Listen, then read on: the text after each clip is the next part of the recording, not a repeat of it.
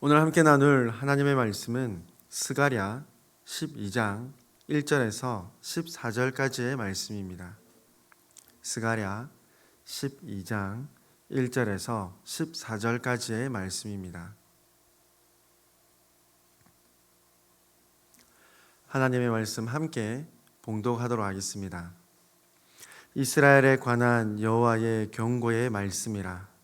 여호와 곧 하늘을 펴시며 땅에 터를 세우시며 사람 안에 심령을 지으시니가 이르시되 보라, 내가 예루살렘으로 그 사면 모든 민족에게 취하게 하는 잔이 되게 할 것이라. 예루살렘이 애워싸일 때에 유다에까지 이르리라. 그날에는 내가 예루살렘을 모든 민족에게 무거운 돌이 되게 하리니 그것을 드는 모든 자는 크게 상할 것이라. 천하 만국이 그것을 치려고 모이리라. 여호와가 말하노라.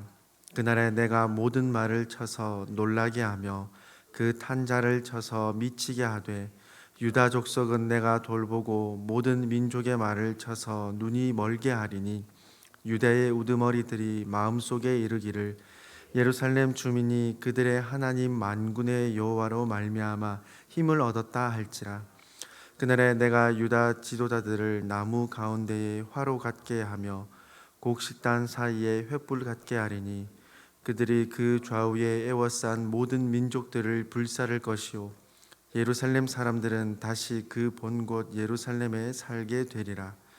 여호와가 먼저 유다 장막을 구원하리니 이는 다윗의 집의 영광과 예루살렘 주민의 영광이 유다보다 더하지 못하게 하려 함이니라. 그날에 여호와가 예루살렘 주민을 보호하리니 그 중에 약한 자가 그날에는 다윗 같겠고 다윗의 족속은 하나님 같고 무리 앞에 있는 여호와의 사자 같을 것이라. 예루살렘을 치러 오는 이방 나라들을 그날에 내가 멸하기를 힘쓰리라. 내가 다윗의 집과 예루살렘 주민에게 은총과 간구하는 심령을 부어주리니 그들이 그 찌른 바 그를 바라보고 그를 위하여 애통하기를 독자를 위하여 애통하듯 하며 그를 위하여 통곡하기를 장자를 위하여 통곡하듯 하리로다. 그날에 예루살렘에 큰 애통이 있으리니 무깃도 골짜기 하다 드림몬에 있던 애통과 같을 것이라. 온 땅 각 족속이 따로 애통하되 다윗의 족속이 따로 하고 그들의 아내들이 따로 하며 나단의 족속이 따로 하고 그들의 아내들이 따로 하며 레위의 족속이 따로 하고 그들의 아내들이 따로 하며 시므이의 족속이 따로 하고 그들의 아내들이 따로 하며 모든 남은 족속도 각기 따로 하고 그들의 아내들이 따로 하리라. 아멘. 오늘 본문 스가랴 12장부터 14장까지 이어지는 말씀들을 보면 장차 맞이할 종말에 관한 말씀들이 기록됩니다. 앞선 9장부터 11장까지 기록된 말씀들을 간략하게 살펴보면 이방 민족들에 대한 심판, 메시아 왕을 통한 시온의 회복, 그리고 거짓 목자에 대한 심판과 이스라엘 구원을 하나님께서 선포하셨음을 보게 됩니다. 오늘 말씀은 앞선 말씀들에 이어지는 말씀으로 예루살렘의 회복과 메시아의 고난에 관하여 기록하고 있음을 볼 수 있습니다. 스가랴 12장을 크게 두 부분으로 나누어 볼 수 있는데 1절부터 9절까지는 예루살렘을 공격하기 위해 몰려드는 이방 민족들을 하나님께서 진멸하시며 예루살렘을 영원하게 하실 것을 보게 됩니다. 그리고 10절부터 14절까지는 장차 예루살렘에 있을 통곡에 대한 말씀의 기록이 이어집니다. 먼저 1절부터 9절까지의 말씀을 살펴보면 예루살렘을 이스라엘을 치러 오는 이방 민족들이 있을 것임을 말씀하십니다. 그런데 2절부터 6절까지의 말씀을 살펴보면 예루살렘을 치러 온 이방 민족을 예루살렘이 오히려 멸하는 모습으로 기록합니다. 그에 대한 표현을 살펴보면 2절의 말씀처럼 취하게 하는 잔이 될 것이며 3절의 말씀처럼 매우 무거운 돌이 될 것이며 6절의 말씀처럼 나무 가운데 화로, 곡식단 가운데 횃불이 될 것이라 말씀하십니다. 예루살렘을 취하게 하는 잔이 되게 하신다라는 것은 예루살렘을 공격하러 온 이방 민족들을 술 취한 사람처럼 사리 분별하지 못하고 전쟁을 온전히 이어가지 못하도록 만들 것이라는 말씀입니다. 뿐만 아니라 2절의 말씀에 기록된 모습에 더하여서 3절의 말씀에는 이때의 상황은 소수의 이방 민족만이 아니라 전 세계의 민족들이 공격하는 날, 곧 전 지구적 사건이 될 것이라는 말씀을 기록합니다. 바로 그날에 예루살렘은 무거운 돌이 될 것이라 말씀하시죠. 이 무거운 돌을 들려고 하는 자, 민족마다 크게 상할 것이라 말씀하십니다. 예루살렘을 침략하고 해를 가하는 그 나라가 오히려 상할 것이다 라는 말씀입니다. 하나님께서 모든 민족들로부터 예루살렘을 굳게 지켜주신다. 택한 백성들을 지켜주시고 회복하신다라는 말씀입니다. 그리고 6절 말씀처럼 유다의 지도자들이 이방 민족의 심판의 도구로 사용됩니다. 나무 사이에 화로같이, 곡식단 사이에 횃불같이 사용하셔서 주변 민족들을 불사르게 될 것이라는 말씀이죠. 어제 말씀에서 살펴본 말씀에 따르자면 이스라엘의 지도자들은 자신들의 양떼, 곧 이스라엘 백성들을 착취하고 잡아먹는 자들로 등장했습니다. 그러나 오늘 6절 말씀에 따르자면 그 날이 되어서 유다의 지도자들을 사용하셔서 화로와 횃불이 되게 하시고 나무와 곡식들을 태우듯 애워싼 모든 이방 민족들을 불사르는 하나님의 심판의 도구로 사용됩니다. 이렇게 되는 이유, 그 근거가 무엇이겠습니까? 오늘 본문 말씀 1절과 4절 말씀입니다. 이스라엘에 관한 여호와의 견고의 말씀이라.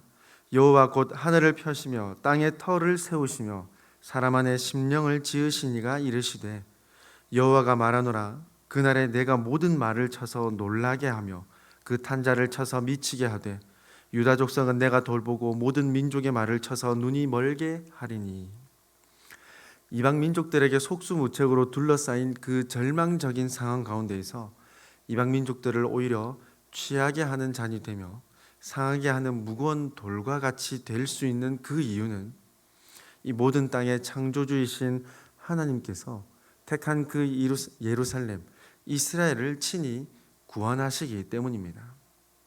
하나님께서 그 이방 민족들의 말을 쳐서 놀라게 하시며 말탄 자를 미치게 하시기 때문이죠.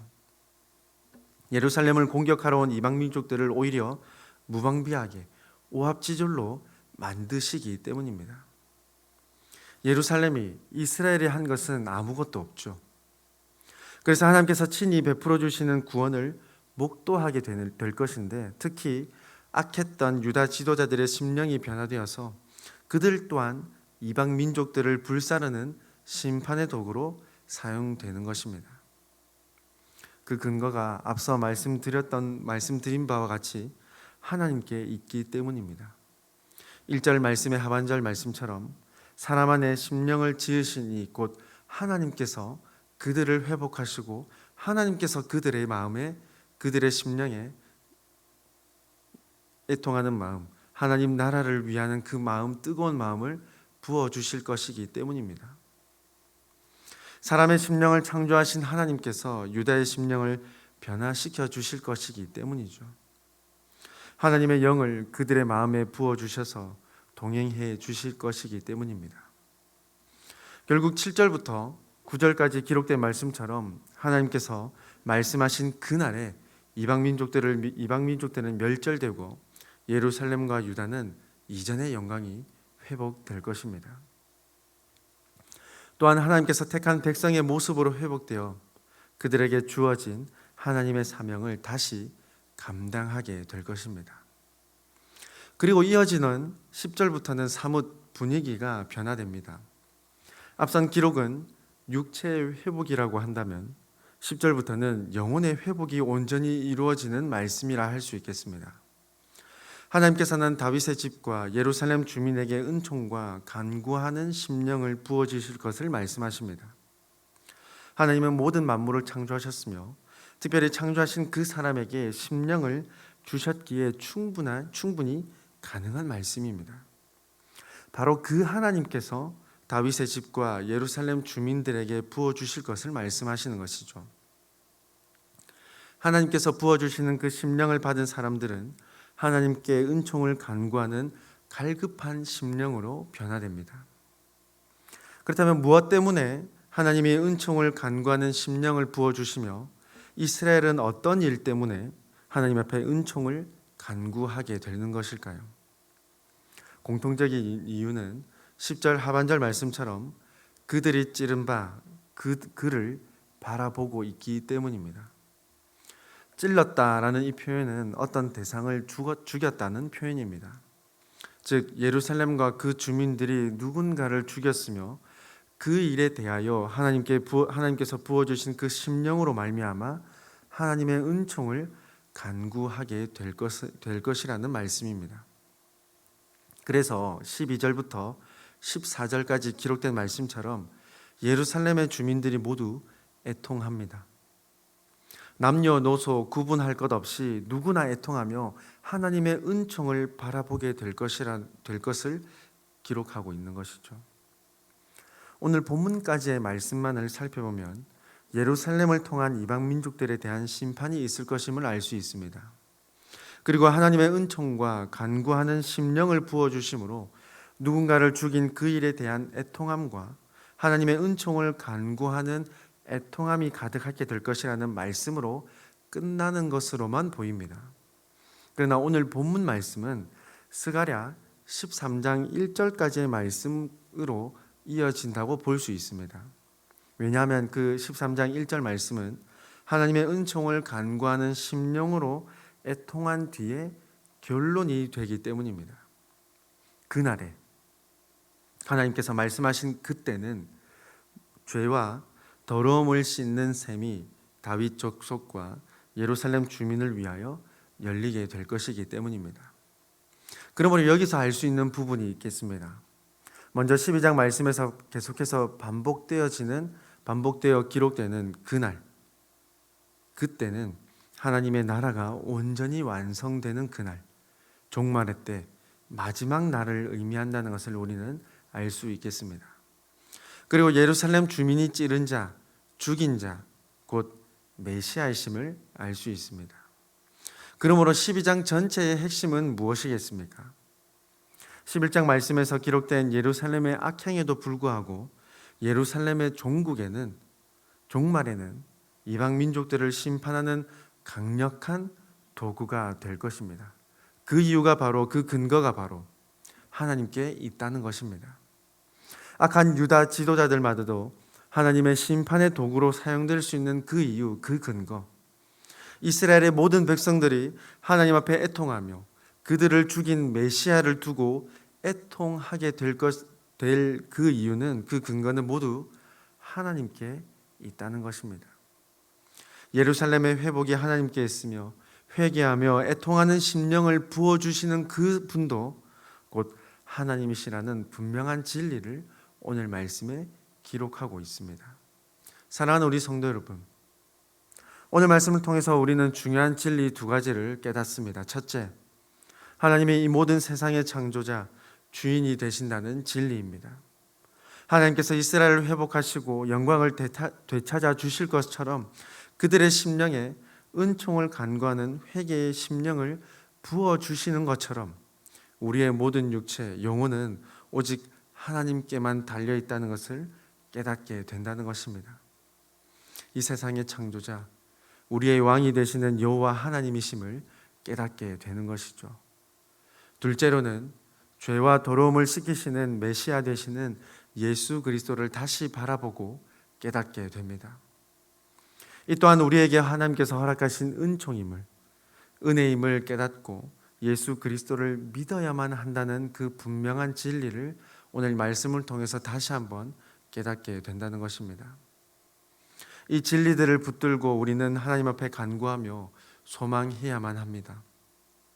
종말에는 하나님께서 부어주시는 그 심령으로 회개하고 애통하며 회복될 그 이스라엘이 있듯이 이 모든 세상, 모든 나라가 십자가에 달려 죽으시고 부활하신 예수 그리스도의 은혜를 깨달을 수 있기를, 하나님의 사랑과 그 정의를 모든 사람들이 깨닫게 되기를 하나님 앞에 간구하고 기도하고 소망해야 한다는 것이죠. 하나님께서 약속하시고 선포하셨듯이 마지막 날에 반드시 하나님의 나라가 완성될 것입니다. 그리고 이 마지막 때를 향해 가는 이 시간 동안 우리의 육체는 물론이며 우리의 모든 영혼까지도 책임지시고 인도하시는 하나님을 우리는 끝까지 붙들어야만 합니다. 예수 그리스도께서 우리의 죄를 대신하여 죽으시고 부활하신 그 은혜를 확신하는 그 담대함으로 날마다 하나님 앞에 죄 용서에 대하여 애통하는 심령을 우리는 간구해야 한다는 것이죠. 또한 가족들에게, 이웃들에게 예수 그리스도를 통한 하나님의 은총을 증거하는 삶을 살아가야 합니다. 하나님께서 부어주시는 심령으로 애통하는 그 마음으로 하나님 앞에 죄를 자복하는 하나님의 백성들이 다 될 수 있기를 간절히 소망합니다. 저와 여러분의 삶으로 예수 그리스도를 메시아 되신 하나님의 아들 예수님을 증거하는 삶이 될 수 있기를 원합니다.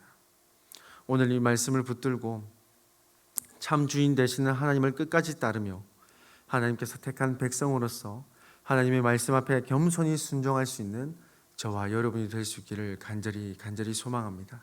함께 기도드리겠습니다. 사랑과 자비가 가득하신 하나님 아버지 감사합니다. 오늘도 새로운 하루를 우리에게 허락하시고 하나님의 능력에 힘입어 우리가 맡은 직분들을 계속해서 감당하게 하심에 감사드립니다. 우리를 향하신 하나님의 무한하신 사랑과 은혜를 기억하며 하나님의 백성답게 살아갈 수 있는 참 그리스도인들 되게 하여 주시옵소서. 예수 그리스도를 통하여 보여주신 하나님의 사랑과 공의를 늘 기억하고 하나님 앞에 우리의 연약함을 날마다 고백하며 하나님의 능력을 간구하는 우리의 삶이 되게 하여 주시옵소서. 또한 하나님의 말씀을 따라 겸손히 순종하는 삶의 모습으로 이 모든 세상을 창조하셨으며 지금도 이끌어 가시는 하나님 아버지를 온전히 증거할 수 있는 믿음의 삶이 되게 하여 주시옵소서. 아버지 하나님, 오늘 하루도 하나님의 백성으로서 살아가기를 소망합니다. 우리에게 지혜와 믿음을 더하여 주시어 하나님의 영광을 증거하는 오늘 하루 되게 하여 주시옵소서. 특별히 몸과 마음이 지치고 힘들고 병든 성도들을 하나님께서 감싸 주시고 온전히 회복할 수 있는 은혜를 풍성히 베풀어 주시옵소서. 세상과 사람이 줄 수 없는 참된 기쁨과 평안을 누리며 몸과 마음이 깨끗하게 회복되어서 다시 일어서는 놀라운 은혜를 허락하여 주시옵소서. 우리 모든 성도들의 삶을 주관하여 주시며 오늘도 하나님과 동행하는 귀하고 복된 하루 되게 하여 주시옵소서. 우리의 참 목자이신 하나님을 온전히 의지하며 우리를 위하여 죽으시고 부활하신 예수님의 이름으로 기도드리옵나이다. 아멘.